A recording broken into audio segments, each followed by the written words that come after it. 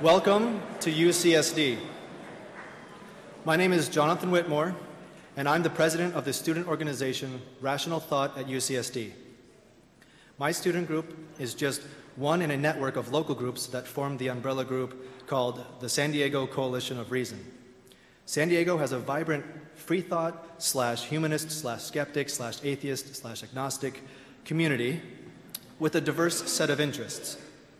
The purpose of the San Diego Coalition of Reason is to connect, organize, and strengthen the community of San Diegans who share a worldview grounded in reason over superstition and scientific evidence over revealed truth.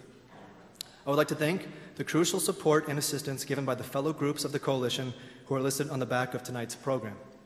If you are interested in attending a lecture by Sam Harris, you'll probably be interested in attending the events organized by the coalition's groups. I encourage you to take tonight's program home with you and to look into the groups that interest you. Special thanks go out to Debbie Scomer for her valuable help with tonight's lecture. Debbie is the local coordinator of the San Diego Coalition of Reason, and you can contact her with any questions through the SD Core website. After tonight's lecture, we will have time for a question and answer period. So if you have a question, we're going to form two lines behind the two microphones near the front. One's there and one's over there. There is a book signing that will follow in the hallway after the Q&A, so be sure to get your copy of Sam's book signed before you leave. We're videotaping tonight's program, and we plan to post it on YouTube in the next few days, so be on the lookout for that.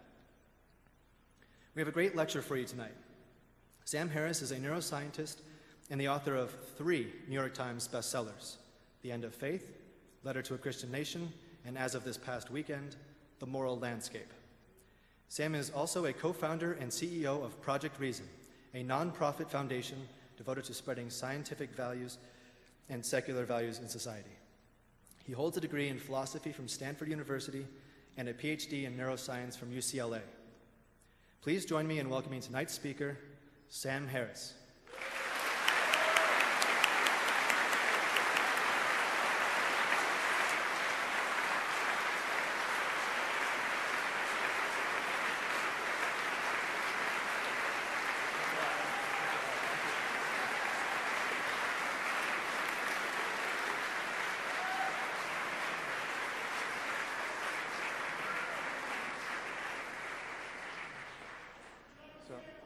Thank you. Thank you. Well, that's a good way to start. It can get worse. Well, it's really an honor to be here. I've never spoken at UCSD before, and it's great to see a big crowd. As many of you know, I've spent the last few years, for the most part, criticizing religion in public. And when you do that, the first thing you discover are all the reasons why people think that's a terrible idea. Now, it turns out there are not 100 reasons to think it's a terrible idea. There are just a few. And the first reason is almost never that there's so much evidence that God exists. The truth claims of religion are almost never what people put forward first. Even fundamentalists of various flavors. That's not the main motivation for faith at this moment. What you do hear from everyone at every point of the spectrum of belief and secularism is this notion that religion is the only framework in which to think about questions of right and wrong and good and evil in universal terms. It's the only way people can anchor their sense that life matters. And without it, you just have various species of nihilism. And now, I've always thought this is a terrible argument. It is a terrible argument. In fact, it's not an argument. It's a non sequitur, because even if religion were a reliable engine of meaning and moral reasoning, it wouldn't argue that any God exists, and it certainly wouldn't argue that it wouldn't resolve the obvious contradictions between the world's religions.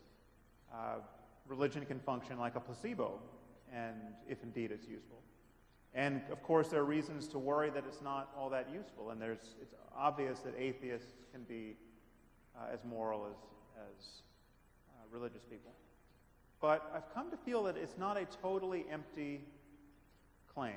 that religious people are actually worried about something that is worth worrying about. And I'll tell you why I think that. It's been increasingly clear to me that some people in the secular community, scientists and kind of ivory tower types, can be very confused about how to think about morality in universal terms. I'll give you the moment where this was really seared onto my brain. I was at an academic conference talking about the relationship between morality and human knowledge. And I said, as I will say it to you tonight, that we know that morality relates to questions of human and animal well-being. And we know that human and animal well-being relate in some way to the laws of nature, experiences arising out of the laws of nature. And therefore we know that there are, you can be wrong in how you think well-being is going to be maximized in this world. And it's pretty clear that certain cultures are wrong. And I cited as an example of a culture that was clearly not maximizing human well-being, the Taliban, whose violent misogyny and religious bamboozlement, it seems to me, are rather obviously not the perfect variables to encourage human flourishing. So I said this, and it turns out to denigrate the Taliban at a scientific meeting is to court controversy. And afterwards, another invited speaker came up and said, well, how could you ever say that the compulsory veiling of women is wrong? From the point of view of science, how could you ever say this? I said, well, the moment you see that right and wrong relate to questions of human well-being, it becomes pretty obvious that forcing half the population to live in cloth bags and beating them or killing them when they try to get out is not a way of perfectly maximizing. And she said, well, that's just your opinion. I said, okay, well, let's make it easier. Let's say we found a culture that was removing the eyeballs of every third child. Okay, would you then agree that we had found a culture that was not perfectly maximizing human well-being? And she said, well, it would depend on why they were doing it.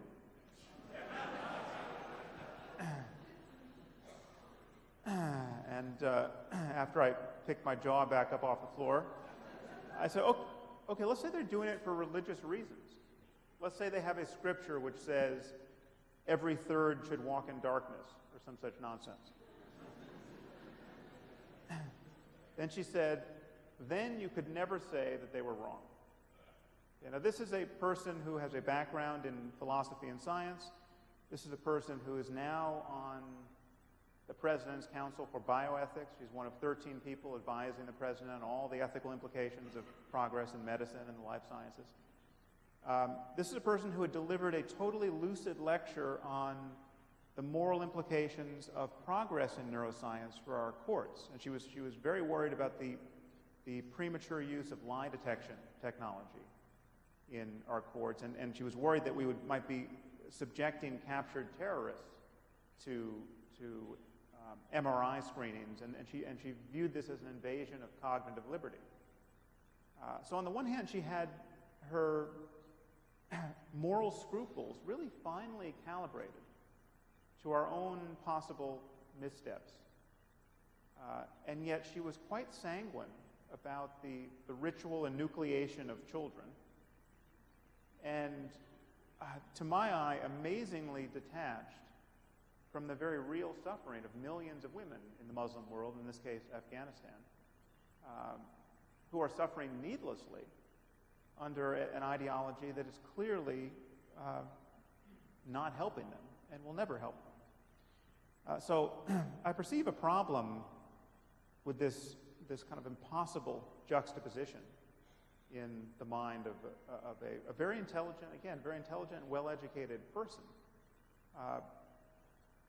And while this is quite a glaring instance of it, this is actually something that now I get in the hundreds and thousands in emails and blog posts and comment threads. I just see that people, disproportionately smart, well-educated, liberal people whose hearts are undoubtedly in the right place on most important questions, have been convinced that something has happened in the last 200 years of our intellectual discourse that has made it impossible to speak about moral truth.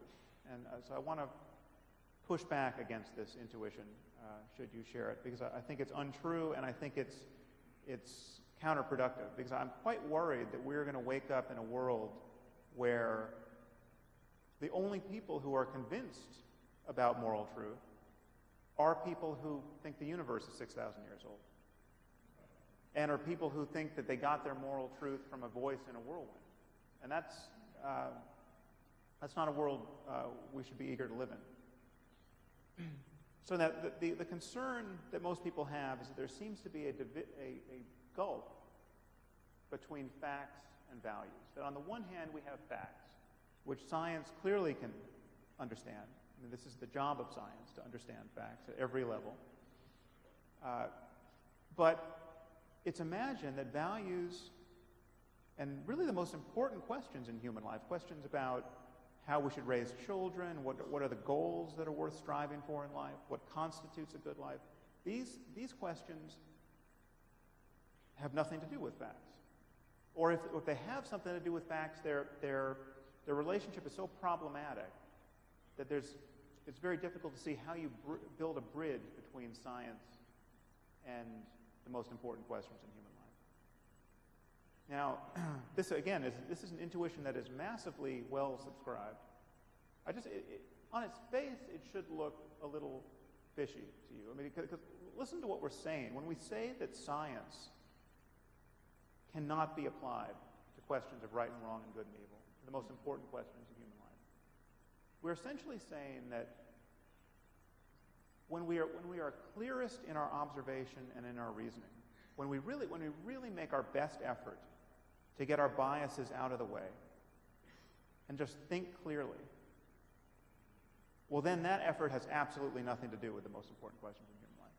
That's precisely the mood you can't be in to answer the most important questions in human life. That, I think, should look fishy to all of us. And it has long been obvious that we have needed a universal framework for morality. And in the immediate aftermath of World War II, the UN attempted to put forward its Universal Declaration of Human Rights. And yet the American Anthropological Association, in all its wisdom, said this is a fool's errand. You can't do this because this is merely an instance of one culture foisting its provincial notion of human value onto all others. This is intellectually illegitimate. Now, please notice this was the best our social sciences could do, essentially with the crematory of Auschwitz still smoking. This is 1947.